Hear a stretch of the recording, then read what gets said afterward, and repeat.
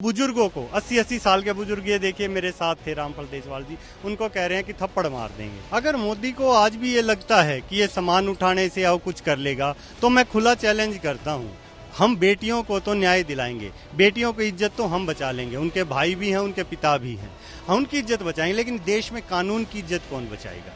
खापों ने कानून में आस्था जताई, खापों ने कहा कि हम कानून में आस्था जताएंगे। राम राम नमस्कार, हरियाणा तक देख रहे हैं और सोनिया मेरा नाम है। ये उस समय की वीडियो है जब पहलवानों को डिटेन कर लिया गया। जंतर मंतर पर इस वक्त हमने देखा कि पहलवानों का धरना एक तरह से खत्म होने की कगार पर फिलहाल इन तस्वीरों में हमें नजर आ रहा है। लेकिन एक और जंतर मंतर से बाहर की तस्वीरें हमने देखी जहां पर पुलिसकर्मी और ये गांव देहात से लोग जो आए हैं उनके साथ कई तरह की बहसबाजी हो रही थी। पहले मुझे बताइए कि पुलिसकर्मियों का यहाँ पर हम देख रहे थे कि आप भीतर नहीं आने दे रहे थे आपको? नहीं, बिल्कुल गलत रवैया था, भीतर ना आने दे कोई बात नहीं, वो अपनी नौकरी कर रहे हैं। हम रोहतक से चले हैं, रास्ते में गाड़ी रोक ली सापला के पास, फिर हम दूसरी बस से आए, फिर हम अभी करोल बाग तक पहुंचे, कैसे ऑटो लेके गंगाराम से यहाँ तक पैदल पहुंचे हैं। हम सबसे हाथ जोड़कर निवेदन करते हुए पहुंचे हैं। पहले तो हमारा इस देश में आने का हक है, इनको रोकना ही नहीं चाहिए था, और यहाँ आकर सबसे ज्यादा फिर भी हमने हाथ जोड़ते रहे, नरमी करते रहे। लेकिन बुजुर्गों को 80-80 साल के बुजुर्ग ये देखिए मेरे साथ थे रामफल देसवाल जी, उनको कह रहे हैं कि थप्पड़ मार देंगे। कैसे, क्या ये बोलने का तरीका है? इस देश के बुजुर्गों से, इस देश की बेटियों को न्याय नहीं मिल रहा, आज बुजुर्गों का अपमान कर रही है दिल्ली पुलिस। ये बिल्कुल गलत बात है, क्योंकि इन्हीं किसानों ने, इन्हीं ने अपने बेटों को यहाँ दूध पिला पिला कर भेजा है, और आज वो ऐसे बदतमीजी कर रहे हैं, तो ये बिल्कुल गलत चीज है। मैंने देखा एक तरह का पूरा माहौल पूरी गहमा गहमी का हो गया था, पुलिसकर्मी और आपके बीच में बहसबाजी हो रही थी, फिर भी आपको भीतर नहीं जाने दिया कि आप कम से कम देख लें कि धरने पर फिलहाल क्या है, कौन मौजूद है, कौन नहीं है, क्या सामान उठा लिया गया है। अगर मोदी को आज भी ये लगता है कि ये सामान उठाने से और कुछ कर लेगा तो मैं खुला चैलेंज करता हूँ, हम बेटियों को तो न्याय दिलाएंगे, बेटियों की इज्जत तो हम बचा लेंगे, उनके भाई भी हैं, उनके पिता भी हैं, हम उनकी इज्जत बचाएंगे, लेकिन देश में कानून की इज्जत कौन बचाएगा। 1 महीने से ब्रजभूषण को गिरफ्तार नहीं किया गया, कानून कहाँ है देश में?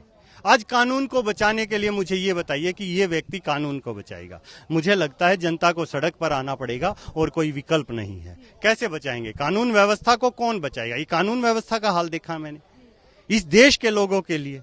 अरे हम कोई अपराधी नहीं हैं, हम मेहनत कश लोग हैं, खेत में मेहनत करते हैं, रूखी सूखी रोटी खा लेते हैं, लेकिन फिर भी इज्जत की जिंदगी जीते हैं। इस देश के संविधान में, इस देश के न्याय में भरोसा रखते हैं, लेकिन हमें न्याय नहीं मिलेगा तो हम किस दर पे जाएं? अच्छा, एक सवाल और, महम 24C के चबूतरे पर जो फैसला लिया गया इस 28 तारीख का, हमने देखा कि क्या वो फैसला सिरे नहीं चढ़ा, वो फैसला लेना नुकसानदायक रहा। देखा कि कोई किसान संगठन मौजूद नहीं थे, खापों से कोई यहाँ पर नहीं आए थे, दिल्ली पुलिस ने पूरी तैयारी कर ली थी, दिल्ली भी नहीं घेरी गई, दिल्ली बल्कि बंद कर दी गई थी पुलिस की ओर से। ना किसान आ पाए, ना खापों के प्रतिनिधि आ पाए, ना भीड़ आ पाई, कुछ पहलवान मौजूद थे, कुछ उनके समर्थक मौजूद थे, तो ये तो हम ये मानेंगे कि नुकसानदेह फैसला रहा। बिल्कुल भी नहीं रहा। खापों ने कानून में आस्था जताई, खापों ने कहा कि हम कानून में आस्था जताएंगे, हम इज्जत करेंगे, हम कानून के लिए चल रहे हैं। नहीं तो क्या दिक्कत है? जितने यहाँ पे दिल्ली पुलिस में लोग नहीं है, इतने से ज्यादा तो हरियाणा में अकेले रोहतक, झज्जर, इन डिस्ट्रिक्टों में पशु हैं किसानों के घर में। अगर वो खोल दिए तो ये पशुओं को संभालेंगे या लोगों को संभालेंगे? इतनी दिल्ली की 70,000 की कैपेसिटी नहीं है। जाके एक बार डाटा चेक कर लेना गौशालाओं का। गौशालाओं में मोदी गायों को नहीं बचा रहा, किसान ने बचा के बांध रखी हैं। मेरे घर में भी 3 है, 3 गायें साथ लेके आ जाऊंगा तो ये संभाल लेंगे क्या? मुझे संभालेंगे, किसको संभालेंगे? लेकिन जो था कि संसद का उद्घाटन करेंगे नरेंद्र मोदी जी, आमना सामना करेंगे पहलवानों का, वो वाली परिस्थिति तो नहीं हो पाई। ले तो आए वो परिस्थिति, हम तो हाथ जोड़ कर आ रहे थे, हम तो सिंपल संसद लगा रहे थे, इन्होंने तो परिस्थिति खड़ी कर दी सामने। इन्होंने तो कह दिया कि ट्रैक्टर लेके आओ, हमने तो आराम से आए ना, हमने कहीं विद्रोह किया।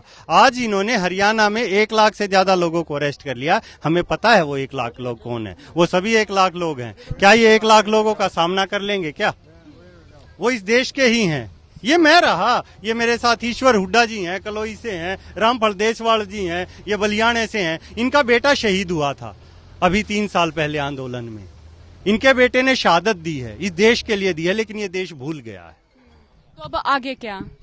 आगे यही न्याय की लड़ाई, न्याय लेंगे, और अगर किसी में दम है तो रोक ले, किसी में दम है तो रोक ले, खुल के कह रहे हैं। एक सवाल, धरना यहाँ पर खत्म हो गया तो आप लोगों का क्या स्टैंड रहेगा?